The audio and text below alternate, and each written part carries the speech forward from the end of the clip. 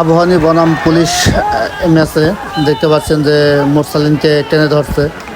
মুরসালিনকে টেনে ধরার সাথে সাথে রেফারি দৌড়ে এসে পকেট থেকে একটা হলুদ কার্ড বের করলেন এবং সাথে সাথেই একটি লাল কার্ড দিয়ে দিলেন।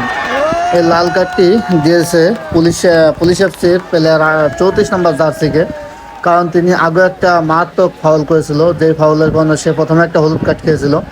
কিন্তু দ্বিতীয়ত যখন মুরসালিন বল নিয়ে গোল পোস্টের ডি বক্সের সামনে বল নিয়ে চলে যায়, গোল মানে মোটামুটি মুরসালিন তো ভালো ফর্মে, গোল করার মতো একটা পজিশনে কাটিং মাস্টার বলতে পারেন। তো সেই মুহূর্ত থেকে যখন মুরসালিনকে টেনে ধরছে, মুরসালিন একা, ওই প্লেয়ার একা, পুরো জার্সিটা টেনে ধরার অপরাধে রেফারি দৌড়ে এসেই পকেট থেকে দ্বিতীয় হলুদ কার্ডটা বের করেন এবং সাথে সাথে রেড কার্ডটা বের করে দেন। কারণ আপনারা সবাই জানেন যে প্লেয়ার একবার প্রথমবার হলুদ কার্ড পায়, দ্বিতীয়বার হলুদ কার্ড খেলে সাথে সাথে রেড কার্ড দিয়ে দেয়। তো এই যে দেখতে পাচ্ছেন সেই 34 নম্বর জার্সি যে রেড কার্ড খেয়েছেন, তাকে মাঠ থেকে বের করে দিচ্ছে রেফারি এবং আবাহনীর প্লেয়ার সাথে হেল্প করতেছে বের করার জন্য।